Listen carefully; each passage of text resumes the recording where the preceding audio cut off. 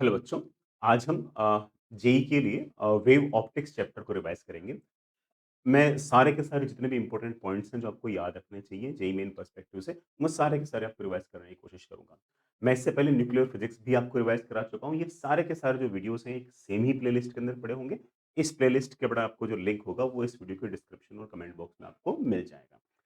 Light किसको कहेंगे? Light obvious बात है बेटा, है ना? It is part of electromagnetic wave जिसके लिए हमारी आईज़ सेंसिटिव हैं। वैक्यूम में इसकी वेवलेंथ जो है 3600 एंगस्ट्रॉम से 7800 एंगस्ट्रॉम के बीच में है। लाइट के लिए बार-बार अलग-अलग टाइम पे बेटा अलग-अलग लोग अलग-अलग बातें बोलते रहे। न्यूटन सर ने मेरे ख्याल से 1675 के अंदर ये कहा था कि लाइट जो है वो पार्टिकल है और उन्होंने उस पार्टिकल का एक नाम भी निकाला था दैट वाज़ कॉर्पस्कल। उन्होंने कहा था कि लाइट जो है वो डेंसर मीडियम में फास्ट ट्रैवल करती है और रेयर मीडियम के अंदर वो स्लो ट्रैवल करती है। Of course it is false but ठीक है, उन्होंने इस बात को कहा था। इस उसी टाइम पर लगभग-लगभग उसी टाइम पे एक हाइगन बड़ा वेव थ्योरी आई थी। हाइगन सर ने कहा था कि लाइट जो है वो वेव है। ऑल्दो उन्होंने बड़ा कुछ बातें गलत कही थी, लेकिन कही ये थी कि लाइट जो है कि मैकेनिकल वेव है, उसे ट्रैवल करने के लिए मीडियम की आवश्यकता पड़ती है। As we know it very well it is false. इसी तरह से उन्होंने कहा कि लाइट जो है वो एक लॉन्गिट्यूडिनल वेव है। बाद में पता लगा कि वो लॉन्गिट्यूडिनल वेव ना होके एक ट्रांसवर्स वेव है। ये बात गलत थी। तो आखिर हाइगन सर की बात सही क्या थी? हाइगन सर की बात ये सही थी कि लाइट वेव है। लाइट वेव पार्टिकल दोनों की तरफ बिहेव करती है और इस चैप्टर में खास तौर से उसका वेव नेचर ज़्यादा स्टडी करते हैं।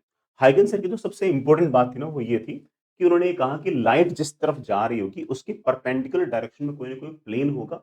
उस प्लेन के प्रत्येक पॉइंट पर लाइट का फेज सेम होगा and that plane is known as wave front. Wave front अपने आप में एक ऐसा इमेजिनरी सरफेस है जिसके प्रत्येक पॉइंट पर फेज सेम हो। बड़ा फेज होता है ना, y is equals to a sin omega T minus के एक्स प्लस थीटा। तो ये जो ओमेगा टी माइनस के एक्स प्लस थीटा this is known as phase.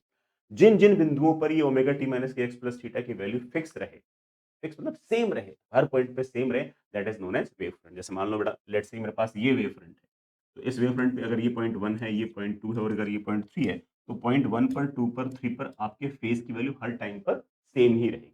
अगर यहाँ पर चेंज होगी तो यहाँ भी चेंज हो जाएगी, यहाँ भी चेंज हो जाएगी, लेकिन रहेगी हर टाइम पर सेम। वेव फ्रंट को लेकर सिर्फ और सिर्फ बड़ा 2 बातों का खास तौर से ध्यान रखना है। सिर्फ 2 पॉइंट्स का ध्यान रखना है। पहला ये कि वेव फ्रंट जो होगा, उस पर हमेशा बेटा वेलोसिटी ऑफ लाइट जो होगी ना, वो हमेशा नॉर्मली स्ट्राइक करेगी। अगर ये वेव फ्रंट है, तो हमेशा स्पीड ऑफ लाइट जो होगी ना, वो उसकी हमेशा नॉर्मली होगी। एक पहली बात तो ये। दूसरी ये वाली बात कि लेट्स से कि एक वेव फ्रंट ये रहा और एक वेव फ्रंट ये रहा और लेट्स से कि लाइट जो ना, वो ऐसे आ रही है। तो वेव फ्रंट के एक पॉइंट से दूसरे पॉइंट तक आने में टाइम जो है ना, वो हमेशा हर लाइट के द्वारा सेम हो। ले मतलब चाहे लाइट बेटा यहाँ से यहाँ आए, चाहे लाइट यहाँ से यहाँ आए, time taken would be same. तो एक वेव फ्रंट से दूसरे वेव फ्रंट तक पहुँचने पर लाइट किसी भी रास्ते से आए, हर रास्ते से time taken will be same. Time taken by light to travel from one wave front to another wave front along different paths will be equal. ठीक है? ये बेटा दोनों पॉइंट मेरे लिए काफ़ी ज़्यादा इंपॉर्टेंट है। खास तौर से बेटा मेरे लिए ये इंपॉर्टेंट है कि पॉइंट सोर्स के द्वारा वेव फ्रंट कैसा होगा। अगर आपके पास लाइट का कोई पॉइंट सोर्स है, तो उसके द्वारा वेव फ्रंट जो होगा वो एक ऐसा इमेजिनरी स्फीयर होगा जिसके सेंटर पर आपका पॉइंट सोर्स है। उस स्फीयर के प्रत्येक बिंदु पर फेज की वैल्यू सेम होगी। ऑफ कोर्स लाइट जो होगी वो रेडियली आउटवर्ड जा रही होगी, तो इस स्फीयर को वो जो लाइट होगी वो ऐसे नॉर्मली स्ट्राइक करने वाली है। ऐसे आप खूब सारे इमेजिनरी स्फीयर बना सकते हो। वो जो स्फीयर्स हैं वो सारे के सारे आपके वेव फ्रंट्स हैं। नेक्स्ट इज एक बात और याद रखनी है कि अगर आपके पास पैरेलल बीम है, पैरेलल बीम है, तो वेव फ्रंट जो होंगे वो सिंपल ऐसे प्लेन्स होंगे जो जिस तरफ लाइट जा रही है उसके परपेंडिकुलर डायरेक्शन में ऐसे प्लेन्स होंगे। तो लाइट अगर ऐसे जा रही है तो इस प्लेन के प्रत्येक पॉइंट पर हर जगह फेज सेम होगा। इसी तरह से यहाँ पर जो प्लेन होगा उसके प्रत्येक पॉइंट पर फेज सेम होगा। ऐसे यहाँ पर जो प्लेन होगा उसके प्रत्येक पॉइंट पर हर जगह फेज सेम होगा। These are planar wave. ठीक है? सिर्फ ये 2 ही केस याद रखने और कोई केस याद रखने की आवश्यकता नहीं है। मैक्सवेल सर की इलेक्ट्रोमैग्नेटिक वेव थ्योरी जो है वो 1870s के आसपास आई थी, प्रिसाइजली 1873 के अंदर आई थी। इस पर हमने पूरा-पूरा चैप्टर पढ़ रखा है। क्या कहा है कि जिस तरफ लाइट जा रही होगी उसके परपेंडिकुलर प्लेन के अंदर इलेक्ट्रिक फील्ड और मैग्नेटिक फील्ड लगातार ऑसिलेट कर रहे होंगे और इलेक्ट्रिक फील्ड और मैग्नेटिक फील्ड के अंदर जो रिलेशन रहेगा बेटा वो कुछ-कुछ ऐसा रहेगा E is equals to B cross C। है ना? एंड इलेक्ट्रिक फील्ड और मैग्नेटिक फील्ड बेटा ऐसे साइनसॉइडली कुछ ना कुछ वेरी कर रहे होंगे। E is equals to E nought sin omega t minus kx या B is equals to B nought sin omega t minus kx। E nought और B नॉट जो है ये आपके उस टाइम वेरिंग इलेक्ट्रिक फील्ड और मैग्नेटिक फील्ड के amplitudes हैं। और ये किस तरफ ऑसिलेट करेंगे? जिस तरफ लाइट जा रही है उसके परपेंडिकुलर वाले प्लेन के अंदर ऑसिलेट करेंगे। ये वाला फॉर्मूला मेरे लिए काफी इंपॉर्टेंट है। इस चैप्टर में नहीं, लेकिन इलेक्ट्रोमैग्नेटिक वेव्स चैप्टर काफी ज्यादा इंपॉर्टेंट हो जाता है। नेक्स्ट इज अगर 2 वेव्स अगर आपकी इंटरफियर कर रही हैं, तो किन बातों का ध्यान रखना है? इंटरफेरेंस में किन बातों का ध्यान रखना है? सिर्फ़ और सिर्फ़ इस बात का ध्यान रखना है कि लेट्स से लाइट का एक सोर्स है S1, एक लाइट का सोर्स है S2। S1 के कारण इस पॉइंट पर इंटेंसिटी है I1, S2 के कारण इस पॉइंट पर इंटेंसिटी है लेट्स से I2। S1 ने जो लाइट है उसने ट्रेवल डिस्टेंस की है x1 और S2 ने जो लाइट आई है उसने डिस्टेंस ट्रेवल की है x2। एस S2 से जो लाइट आ रही है उसने एक्स्ट्रा डिस्टेंस ट्रेवल की है x2 माइनस x1, जिसको मैं नाम दे रहा हूं पाथ डिफरेंस। इसको क्या नाम दे रहे हो x2 माइनस x1 को? Path difference. ये दोनों जब वेव्स इंटरफियर करेंगी तो यहां पर जो रिजल्टेंट इंटेंसिटी होगी वो हम इंटरफेरेंस के फॉर्मूले से निकालेंगे। दो फॉर्मूला आपको याद रखना है, खास तौर से इंटेंसिटी वाला फॉर्मूला याद रखना है। फिर भी मैं एक बार एम्पलीट्यूड वाला फॉर्मूला बोल लेता हूं। इसके कारण अगर यहां पर इलेक्ट्रिक फील्ड का एम्पलीट्यूड E1 है, इसके कारण अगर इलेक्ट्रिक फील्ड का अगर एम्पलीट्यूड अगर E2 है, तो यहां पर जो रिजल्टेंट इलेक्ट्रिक फील्ड आएगी वो आएगी E1 का स्क्वायर प्लस E2 का square plus 2 times E1 E2 cos of delta phi. Delta phi है फेज डिफरेंस और ये डेल्टा फाई हमारे पास हमेशा होगा 2 pi by lambda into path difference. Lambda क्या है? जो भी आपकी इलेक्ट्रोमैग्नेटिक वेव है, उसकी वेवलेंथ। और पाथ डिफरेंस बड़ा क्या है? इसने कितनी डिस्टेंस ट्रैवल की, इसने कितनी डिस्टेंस ट्रैवल की, उसका जो डिफरेंस है that is of course path difference. ये तो है एम्पलीट्यूड का फॉर्मूला। इससे भी ज्यादा इंपॉर्टेंट फॉर्मूला हमारे पास है इंटेंसिटी का। Intensity is directly proportional to electric field का स्क्वायर। स्क्वायर करने के बाद मेरे पास जो फॉर्मूला बन के आता है वो ये वाला आता है। ये मेरे लिए बड़ा बहुत इंपॉर्टेंट है। Resultant intensity will be I1 plus I2 plus 2 times root I1 root I2 cos of delta phi. Again delta phi क्या है? 2 pi by lambda into path difference. पहली वाली वेव के कारण कारण इस पॉइंट पर इंटेंसिटी है I1, दूसरे वाली वेव के कारण इंटेंसिटी I2। तो रिजल्टेंट इंटेंसिटी आपके पास इस तरह से आएगी। ये रिजल्टेंट इंटेंसिटी मैक्सिमम भी आ सकती है, मिनिमम भी आ सकती है, depending on the value of this delta phi. अगर इस डेल्टा एक्स को, पाथ डिफरेंस को, अगर मैं इंटीग्रल मल्टीपल ऑफ लैम्डा लिख दूं, तो उस केस में मेरे पास इंटेंसिटी मैक्सिमम आएगी। And as you can see that maximum intensity will be I1 plus I2 plus 2 times root I1 I2। इसको हम चाहें तो root I1 plus root I2 का होल स्क्वायर भी लिख सकते हैं।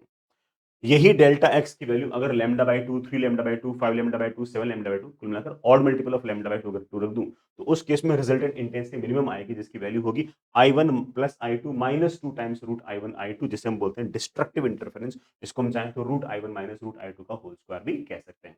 मैक्सिमम इंटेंसिटी को हम कंस्ट्रक्टिव इंटरफेरेंस बोलेंगे और दोनों इंटेंसिटीज डिस्ट्रक्टिवली इंटरफेयर करके minimum intensity root I1 minus root I2 का होल स्क्वायर भी कर सकते हैं। सबसे इंपॉर्टेंट सवाल जो बड़ा यहाँ पर आता है ना, वो इस मैक्सिमम इंटेंसिटी और मिनिमम इंटेंसिटी के रेशियो का जो सवाल है वो सबसे ज्यादा पूछ रखा है।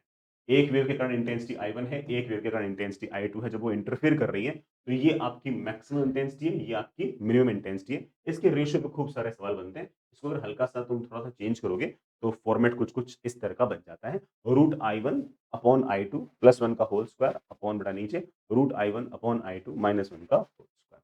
ठीक है, इस पे काफी सारे सवाल आपके पास आते हैं।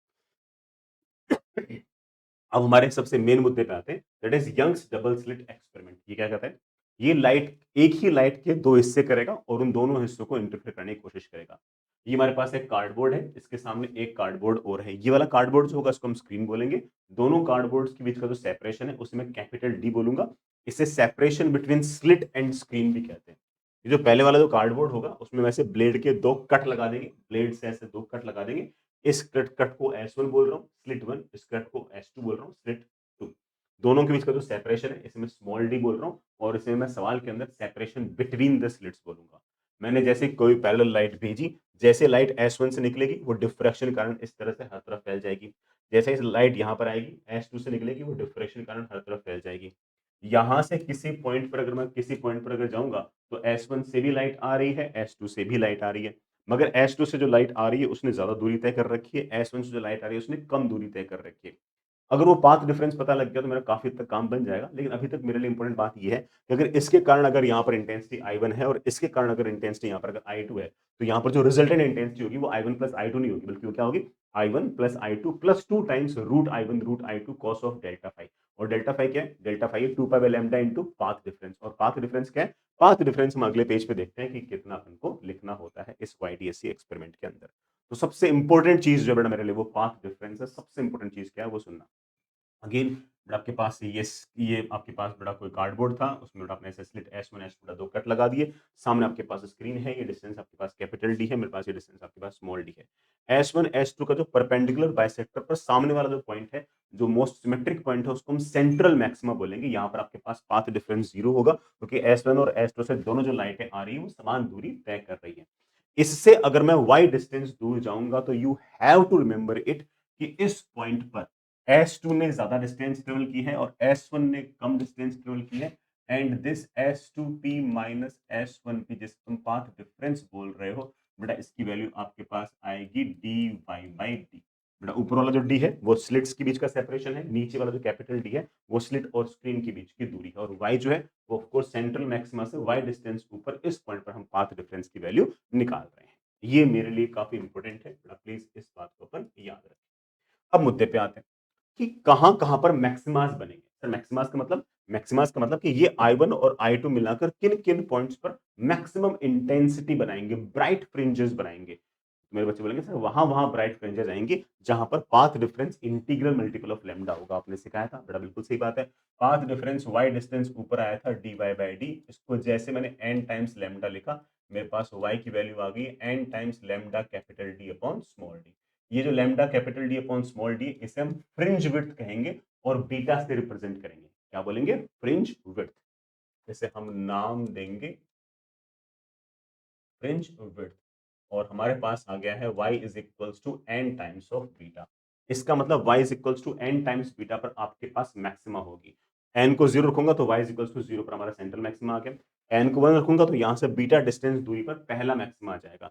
n को 2 रखूंगा तो यहाँ पर मेरे पास 2 टाइम्स बीटा पर दूसरा मैक्सिमा आ जाएगा। n को 3 रखूंगा तो y is equals to 3 beta पर तीसरा मैक्सिमा आ जाएगा। किसी ने मुझसे पूछा छठा मैक्सिमा कहाँ पर, तो y is equals to 6 beta पर आपका सिक्स्थ मैक्सिमा है। ऑल द बच्चा ये भी कह सकता है सर सिक्स्थ मैक्सिमा एक ऊपर भी होगा, एक नीचे, कह सकते हो। पांचवा मैक्सिमा कहाँ पर होगा? y is equals to 5 beta distance ऊपर और 5 बीटा डिस्टेंस नीचे आपके पांचवे मैक्सिमास होंगे। सिर्फ और सिर्फ क्या रखना है? बीटा याद रखना है। बीटा का फॉर्मूला क्या है? Lambda capital D upon small. बिल्कुल सिंपल है। 0 पर, बीटा पर, 2 बीटा पर, 3 बीटा पर, 4 बीटा पर, 5 बीटा पर, 6 बीटा पर आपके मैक्सिमास आएंगे, और वहां पर आपको ब्राइट फ्रिंजेस नजर आएंगे इस सामने वाली स्क्रीन के ऊपर। इसी तरह से कोई बच्चा कह सकता है कि सर आपके पास मिनिमास भी तो होंगे। बिल्कुल होंगे बेटा, मिनिमास भी होंगे। जहां पर आपके डार्क फ्रिंजेस नजर आएंगे, वो कौन से पॉइंट होंगे? जहां पर आपका जो पाथ डिफरेंस है odd multiple of lambda by 2 हो जाएगा। और जैसे मैंने इसको odd multiple of lambda by 2 किया, वैसे बेटा मेरे पास आंसर आ गया y is equals to odd multiple of beta by 2। बेटा odd multiple of beta by 2 का मतलब पहला मिनिमा बेटा मेरे पास आया है 0.5 बीटा पे, दूसरा आया है 1.5 बीटा पे, तीसरा आया है बेटा 2.5 बीटा पे, चौथा आया है 3.5 बीटा पे। तो सिर्फ और सिर्फ बीटा मतलब फ्रिंज विड्थ याद करना है, तो कितना आसान हो गया। सेंट्रल मैक्सिमा, फिर वहां से 0.5 बीटा पर मिनिमा, और बीटा पर बेटा आपका मैक्सिमा, फिर 1.5 बीटा पर मिनिमा, फिर 2 बीटा पर आपका मैक्सिमा, फिर 2.5 बीटा पर मिनिमा, फिर 3 बीटा पर आपका मैक्सिमा, फिर 3.5 बीटा पर मिनिमा और 4 बीटा पर आपका मैक्सिमा। ऐसे अल्टरनेट बेटा आपके मैक्सिमास मिनिमास लगातार आपके पास इस तरह से आते चले जाएंगे। कूल। ये बेटा आपको याद ही रखने हैं, ठीक है। मैंने यहाँ पर एक बार लिख भी दिया बेटा। मिनिमास पहला बीटा कहाँ पर है? बीटा बाई 2, बेटा बीटा बाई 2 है लैम्डा डी अपॉन 2d। फिर बेटा अगला मिनिमा कहाँ पर होगा? अगला मिनिमा इससे बीटा डिस्टेंस मतलब 1.5 बीटा। अगला बीटा कहाँ पर होगा? यहाँ से 2.5 बीटा। फिर अगला मिनिमा कहाँ पर होगा? 3.5 बीटा एंड सो ऑन। दो कंसेक्यूटिव जो मिनिमास है उनके बीच का सेपरेशन बेटा अभी भी आपके पास बीटा है। दो कंसेक्यूटिव मैक्सिमास है उनके बीच का सेपरेशन भी आपके पास बीटा ही है। इस बीटा को हम फ्रिंज विड्थ भी कह देंगे। नेक्स्ट इज बेटा angular fringe width. Angular fringe width में कोई खास ऐसी बड़ा बड़ी बात नहीं है। एंगुलर फ्रिंज विड्थ जैसे बेटा मान लीजिए मेरे पास ये सेंट्रल मैक्सिमा है, ये पहला मैक्सिमा है। इस पूरे के पूरे सेपरेशन ने यहां पर कितना एंगल सबटेंड किया है, this angle is known as your angular fringe width. तो ये एंगल कितना होगा? एंगल होगा this length upon this length. तो बीटा अपॉन कैपिटल डी को, बीटा अपॉन कैपिटल डी को हम एंगुलर फ्रिंज विड्थ कहेंगे। बीटा का फॉर्मूला है lambda capital D upon small d, capital D capital cancel, तो that comes out with lambda upon small d. तो दो formula याद कर सकते हो, angular fringe width is beta upon capital D या फिर लैम्डा अपॉन स्मॉल डी। जैसे याद रखना चाहो बेटा याद रख सकते हो। रिजल्टेंट इंटेंसिटी कितनी आएगी? मान लो कि स्लिट S1 के कारण यहां पर इंटेंसिटी है I1, स्लिट S2 के कारण यहां पर इंटेंसिटी है I2, तो यहां पर रिजल्टेंट इंटेंसिटी आएगी कितनी? समझदार बच्चा बोलेगा सर रिजल्टेंट इंटेंसिटी यहां पर आएगी I1 plus I2 plus 2 times root I2 cos of phase difference. बेटा फेज डिफरेंस मैंने तुम्हें सिखा रखा है 2 pi by lambda into path difference. यहाँ से y डिस्टेंस बेटा पाथ डिफरेंस भी मैंने आपको सिखा रखा है, dy बाय कैपिटल। ये मेरे पास किसी भी पॉइंट पर इंटेंसिटी है, कितनी रिजल्टेंट इंटेंसिटी आपके पास आएगी। बस इसको याद करने का आसान तरीका और क्या हो गया, ये जो lambda capital D upon small D है, इसको आप चाहो तो बड़ा बीटा लिख सकते हो। जैसे आप बीटा लिखोगे, आपके पास फॉर्मूला बड़ा बहुत ही प्यारा बन गया, I1 plus I2 plus 2 times root I1 root I2 cos of 2 pi y by beta, 2 pi y by beta. बड़ा आपके पास ये रिजल्टेंट इंटेंसिटी का फॉर्मूला आ गया। y को तो बड़ा बीटा रख, 2 बीटा रख, 3 बीटा रख, 4 बीटा रख, तो इंटेंसिटी चेक कर सकते हो, आपके पास मैक्सिमम वाली आएगी। y को तो बीटा बाय 2 रख, 1.5 बीटा रख, 2.5 बीटा रख, तो चेक कर लेना बेटा, आपके पास रिजल्टेंट इंटेंसिटी मिनिमम वाली आएगी। चेक करना चाहो ना, चेक कर सकते हो। एक रिजल्ट और याद रखें कि अगर I1 I2 दोनों सेम हो गए तो क्या होगा? मान लो इसके कारण भी इंटेंसिटी I नोट आ रही है और इसके कारण भी इंटेंसिटी I नोट आ रही है। बच्चा बोलेगा सर कुछ खास करने की जरूरत नहीं है, जो I1 I2 दोनों को I नोट रख दूं, बड़ा रख दूं। हालांकि फाइनल रिजल्ट बेटा अगर याद रखना चाहो तो याद रख सकते हो कि final resultant intensity will be 4 I nought cos square pi y by beta. Again बेटा आप रख के देखना चाहो, रख के देख सकते हो। y को आपने बीटा, 2 बीटा, 3 बीटा अगर रखा तो रिजल्टेंट इंटेंसिटी आपके पास 4 आई नोट आएगी। मतलब आई नोट और आई नोट मिलके 4 आई नोट क्रिएट कर देंगे। अगर आपने y को बीटा बाय 2, 1.5 बीटा, 2.5 बीटा रखा तो रिजल्टेंट इंटेंसिटी आई नोट और आई नोट मिलके आपको 0 कर रहे होंगे। एक बार बड़ा वैल्यू रख के देखना चाहो, देख सकते हो। ये फॉर्मूला सिर्फ और सिर्फ, ये जो हमारा पिछला वाला जो फॉर्मूला था उसका स्पेशल केस है। इसमें आपने I1 और I2 दोनों को अगर आपने आई नोट रख दिया तो आपके पास ये वाला फॉर्मूला बन जाएगा। दोनों में से अगर याद रखना तो कौन सा याद रखेंगे? ऑफ कोर्स थोड़ा पहले वाला याद, ठीक है? ये तो उसका स्पेशल केस है।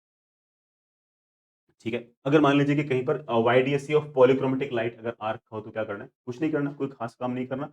पॉलीक्रोमेटिक लाइट मतलब ऐसी लाइट जिसके पास एक से ज्यादा वेवलेंथ, जैसे मैंने इस एग्जांपल के अंदर रेड दे रखी है और वायलेट दे रखी है, तो कोई बात नहीं। सेंट्रल मैक्सिमा तो सबके लिए कॉमन होगा। अब ऑब्वियस बात है कि जो रेड वाला है उसका लैम्डा ज्यादा है तो उसका बीटा ज्यादा है, जो वायलेट वाला है उसका लैम्डा कम है तो उसका बीटा कम है। तो बीटा बेटा वायलेट का अलग होगा, रेड का अलग होगा। तो आपको ना अलग-अलग पॉइंट पर अलग-अलग कलर्स का मैक्सिमा आपको मिलेगा। ठीक है? तो ये वाली बात बड़ा ठीक है। कोई मुझसे पूछे बीटा ऑफ रेड क्या है? Lambda of red capital D upon small D. Uh, beta of violet क्या है? Lambda of violet into capital D upon small D. Of course बेटा रेड का लैम्डा ज़्यादा है तो उसका बीटा आपका ज़्यादा आएगा। तो उसका पहला वाला मैक्सिमा थोड़ा-सा दूर होगा और वायलेट का पहले होगा।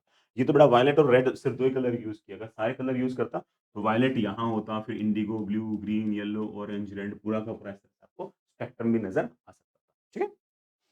नेक्स्ट इज़ बहुत ही सिंपल सा पॉइंट है, बड़ा बहुत ही सिंपल सा पॉइंट है कि अगर मैं सारे के सारे, बड़ा हेडिंग देखना मैंने क्या लिख रखी है, YDSC some other transparent medium. मान लीजिए कि आपके पास एक पूरा यंग डबल स्लिट एक्सपेरिमेंट है और बीच में आपके पास यहाँ पर एयर ही एयर पड़ी है।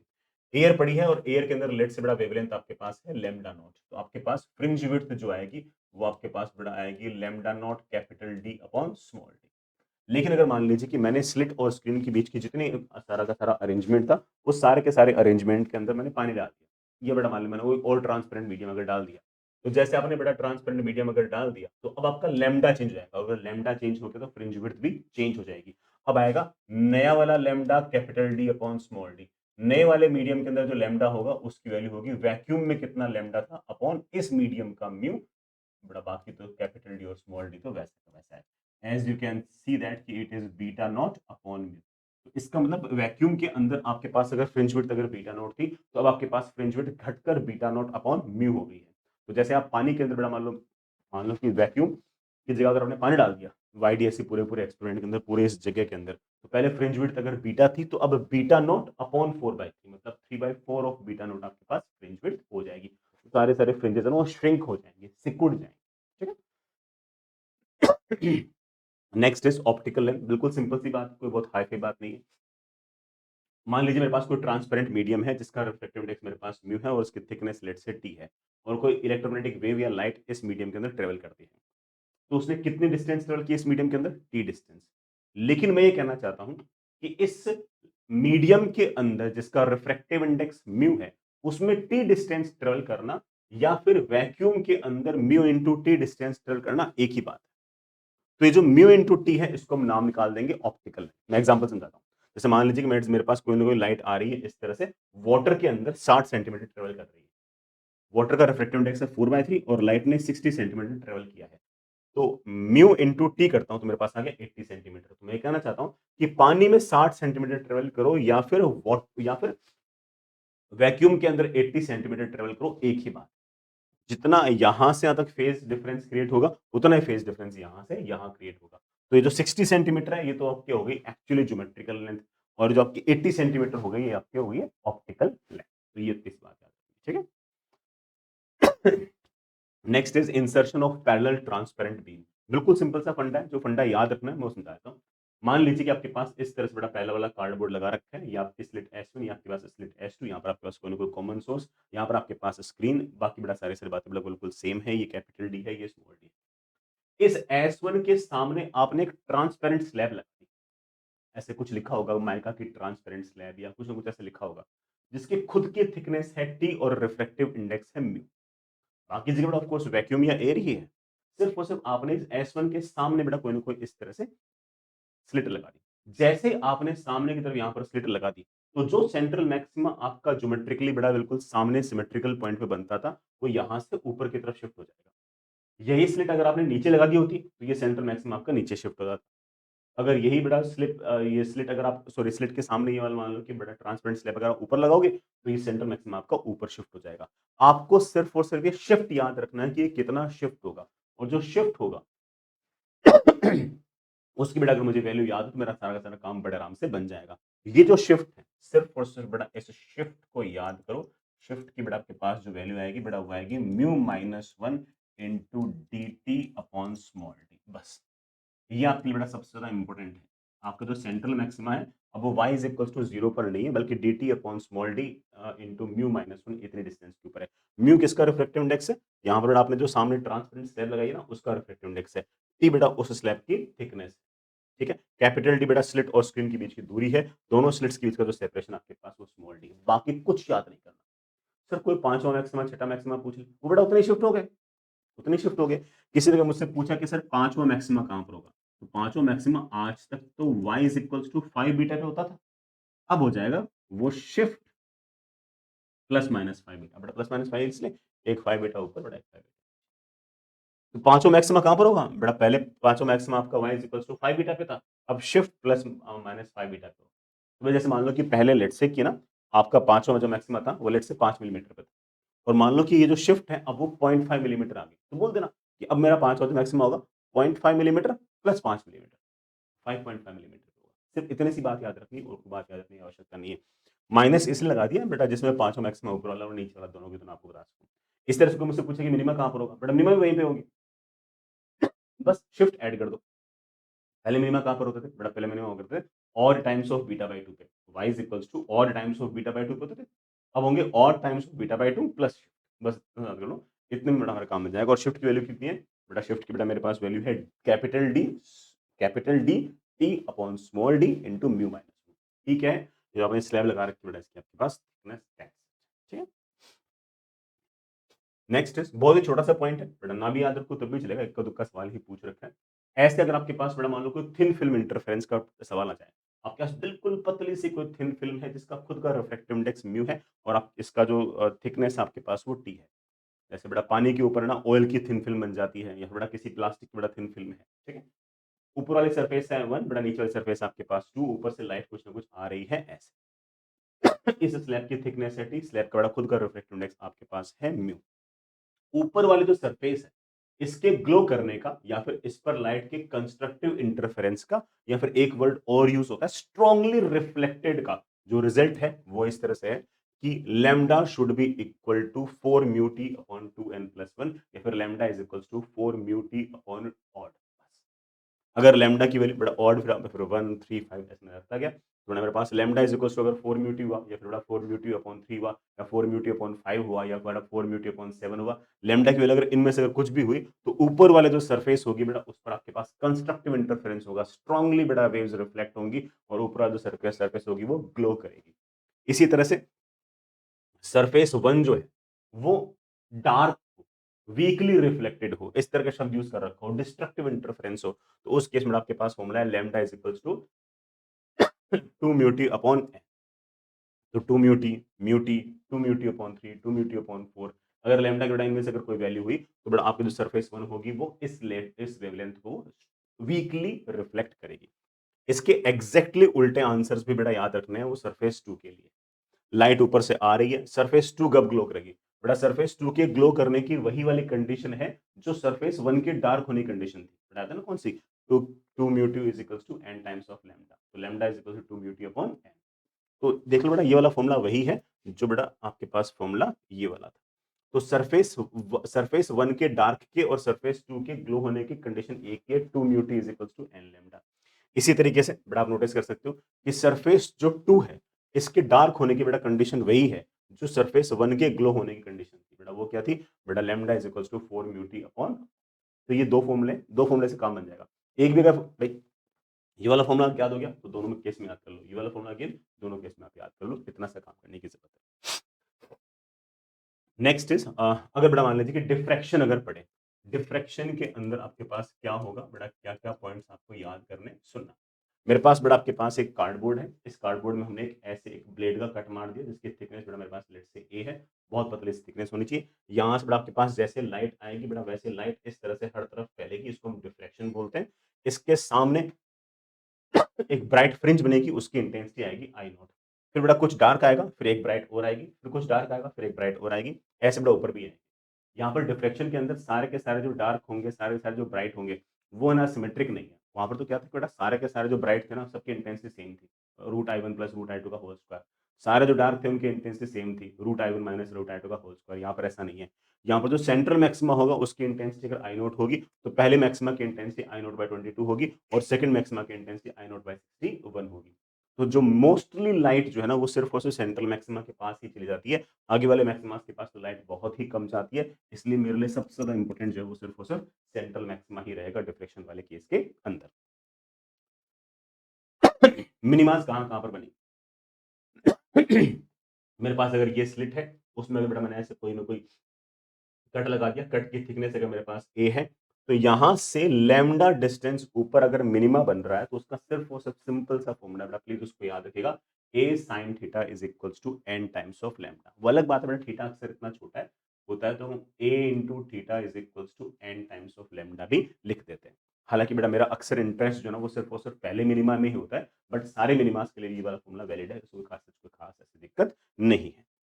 जैसे मैंने कहा बेटा मुझे पहले मिनिमा के अंदर बड़ा इंटरेस्ट है, बड़ा पहला मिनिमा जो होगा वो यहाँ से थीटा डिस्टेंस ऊपर भी होगा, थीटा डिस्टेंस नीचे भी होगा, थीटा डिस्टेंस दूरी भी होगा, तो a sine theta is equals to 1 times of lambda. तो थीटा की वैल्यू जाएगी sine inverse of lambda upon a. लेकिन बेटा अगेन वही वाली बात, अक्सर बेटा मैं सारे काम किस लिए करता हूँ, तो बेटा आपका थीटा काफी छोटा होता है उसके लिए करता हूँ। यहाँ पर मेरे पास बड़े आराम से इस तरह से आता है कि a sine theta is equals to 1 times of lambda.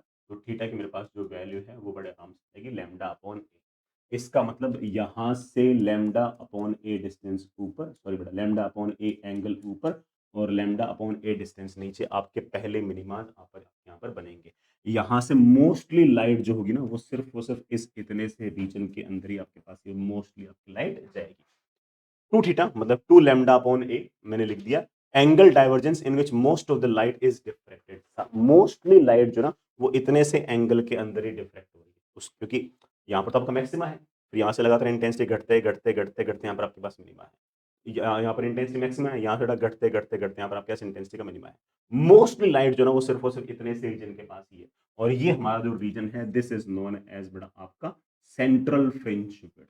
इसको हम क्या नाम दे रहे हैं? Central fringe width. Most light जो है वो 2 times lambda upon A angle के ऊपर ही है। बेटा प्लीज जो सेंट्रल बड़ा विड्थ है, फ्रिंज विड्थ है, ये याद भी रखें आप लोग। सर हो गया याद? सर यहाँ से यहाँ तक की डिस्टेंस, बेटा ये जो डिस्टेंस मैं इसको कैपिटल डी बोल रहा हूँ, स्लिट और स्क्रीन के बीच की दूरी को कैपिटल डी बोल रहा हूँ, तो बड़ा आराम से बोल सकता हूँ कि बेटा अगर ये वाला एंगल आपके पास 2 लैम्डा अपॉन ए है तो इस सेंट्रल फ्रिंज विड्थ में बड़े आराम से बोल सकता हूँ कैपिटल डी इंटू ये वाला angle that is 2 lambda upon A. Please please please बेटा ये वाला फॉर्मूला याद रखें, central fringe width is equal to 2 capital D lambda upon A. You have to must to remember it. बेटा कई बार ना एक फ्रैनहोफर डिफ्रैक्शन नाम से भी शब्द में कोई सवाल आ सकता है, उसमें सिर्फ उस इतना सा केस होगा कि यहाँ पर एक लेंस लगा रखा होगा और उस लेंस के फोकल प्लेन के ऊपर सारे सारे पैटर्न को अरेंज कर रखा होगा। तो लेंस के ऊपर अगर पैरेलल रेज आएंगी तो वो कहाँ पर जाएंगी? बड़ा उसके ऊपर फोकस पे जाएंगी। तो सिर्फ वो सिर्फ इस डी को किससे रिप्लेस कर देना? एफ से रिप्लेस कर देना। तो अगर मान लो कि यहाँ पर कोई लेंस वगैरह लगा रखा हो तो सारे फॉर्मूले बिल्कुल वैसे के वैसे ही है, सिर्फ और सिर्फ डी की जगह आपको एफ लिखना है। तो फ्रिंज विड्थ का फॉर्मूला क्या जाएगा? 2f लैम्डा अपॉन ए हो जाएगा। ठीक है। नेक्स्ट इज बेटा पोलराइजेशन। अनपोलराइज्ड लाइट का मतलब क्या है? लाइट अगर सामने की तरफ जा रही है तो इलेक्ट्रिक फील्ड ऐसे, ऐसे, ऐसे, ऐसे हर लाइन के अलोंग बड़ा इस तरह से ऑसिलेट कर सकती है।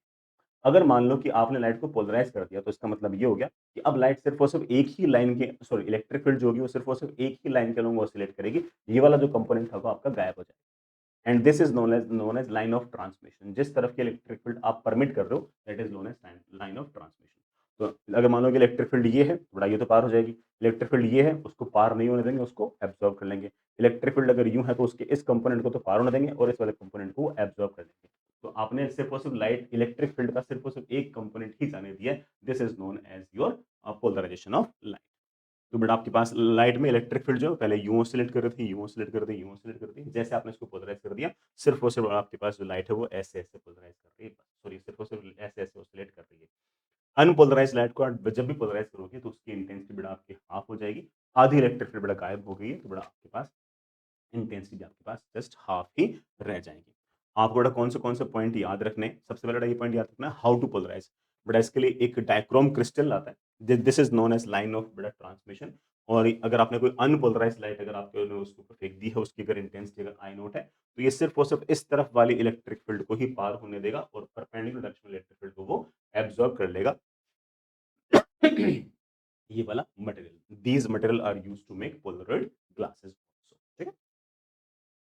बेटा एक बहुत ही इंपॉर्टेंट पॉइंट याद रखना है that is known as Brewster angle. Brewster angle ये कहता है ये मीडियम है जिसका रिफ्रैक्टिव इंडेक्स n1 है। बड़ा ये मीडियम है जिसका रिफ्रैक्टिव इंडेक्स आपके पास अगर n2 है।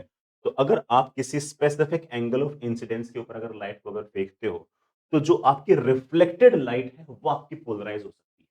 लेकिन हर एंगल पे ऐसा नहीं होगा, सिर्फ और सिर्फ स्पेसिफिक किसी एंगल पे ऐसा होगा। That angle is known as Brewster angle. और इस एंगल का फॉर्मूला बड़ा बहुत ही सिंपल है, tan I is equals to यहाँ का रिफ्रैक्टिव इंडेक्स n2 अपॉन बेटा यहाँ का रिफ्रैक्टिव इंडेक्स n। फिर से बोल रहा हूँ, एक स्पेसिफिक एंगल पे ऐसा होगा कि आपने अनपोलराइज्ड लाइट अगर फेंक दी है तो रिफ्लेक्शन के पश्चात आपकी लाइट पोलराइज हो जाएगी। ये एक स्पेसिफिक एंगल पे होगा and that angle is known as Brewster angle. And that angle can be given by tan I is equals to n2 upon. वो अलग बात है कि बेटा अक्सर सवालों के अंदर आपके पास क्या होगा कि यहाँ पर बेटा आपके पास 1 होगा, यहाँ पर आपके पास n होगा, यहाँ पर बेटा और लाइट आप अक्सर भेजोगे S से, ये वाला एंगल आपके पास I होगा।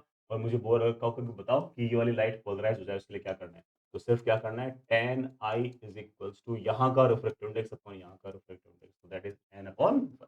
मेरे को ऑफ कोर्स ये वाला फ़ॉर्मूला ज़्यादा पसंद है कि n2 अपॉन n1। कोई बच्चा अगर ये याद रखना चाहे, ये याद रख सकता है क्योंकि अक्सर बेटा वैक्यूम से आप किसी दूसरे मीडियम पे लाइट फेंकते रहते हो। एक छोटा-सा बड़ा पॉइंट और याद रखना है that is known as Malus law. बहुत ही इंपॉर्टेंट सा छोटा-सा पॉइंट है। अनपोलराइज्ड लाइट है, ये एक पोलराइज़र लगा रखा है। अनपोलराइज्ड लाइट से जैसे ही पोलराइज़र्स में से गुज़रा, वैसे बेटा इसकी इंटेंसिटी अगर I नोट थी तो अब वो इंटेंसिटी I नोट बाय 2 हो जाएगी। ये पोलराइज़र की ट्रांसमिशन एक्सिस जो है ना वो ऐसी है, तो अब इलेक्ट्रिक फील्ड जो है वो ऐसे-ऐसे ऑसिलेट करेगी। अब मैंने इसके आगे एक पोलराइज़र और लगा दिया और ये वाला जो पोलराइज़र है ना, वो इसके साथ पहले वाले पोलराइज़र के साथ एंगल थीटा बना के बैठा है।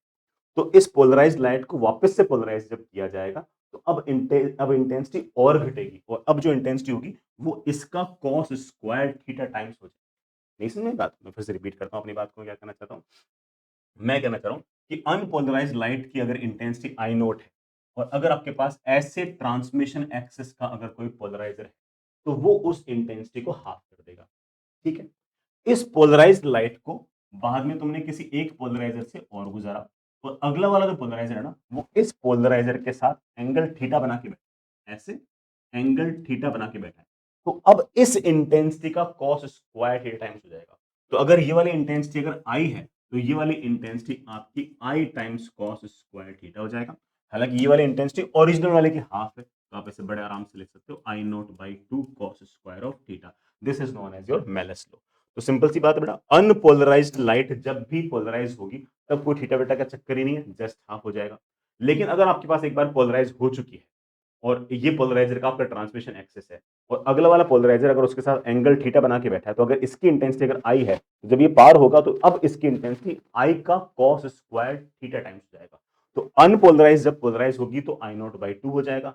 लेकिन पोलराइज को जब वापस से एक पोलराइजर से और पोलराइज करोगे तो हमेशा कॉस स्क्वायर थीटा टाइम्स हो जाएगा। थीटा क्या है? ऑफ कोर्स इन दोनों ट्रांसमिशन एक्सिस के बीच का these are all the points which are needed for बेटा योर वे ऑफ टेक्स्ट। आपने बेटा नोटिस किया होगा मैंने पिन होल डिफ्रैक्शन के फॉर्मूले नहीं लिखा है। क्यों नहीं लिखा है? बेटा सिलेबस में नहीं है। इसी तरह से बेटा मैंने इसके अंदर बेटा जो पहले हुआ करते थे ना, जो पहले काफ़ी सारे बेटा इस तरह के पॉइंट हुआ करते थे कि है ना, रिज़ॉल्यूशन कितना है, रिज़ॉल्यूशन पैरामीटर कितना है, वो सारे चीज़ें नहीं पढ़ाई। क्यों नहीं पढ़ाई? क्योंकि बेटा वो सिलेबस के अंदर नहीं है। ठीक है? चलिए मैं कल कोशिश करता हूँ कि मैं अगला चैप्टर आपके लिए अपलोड कर दूँगा। All the best, bye.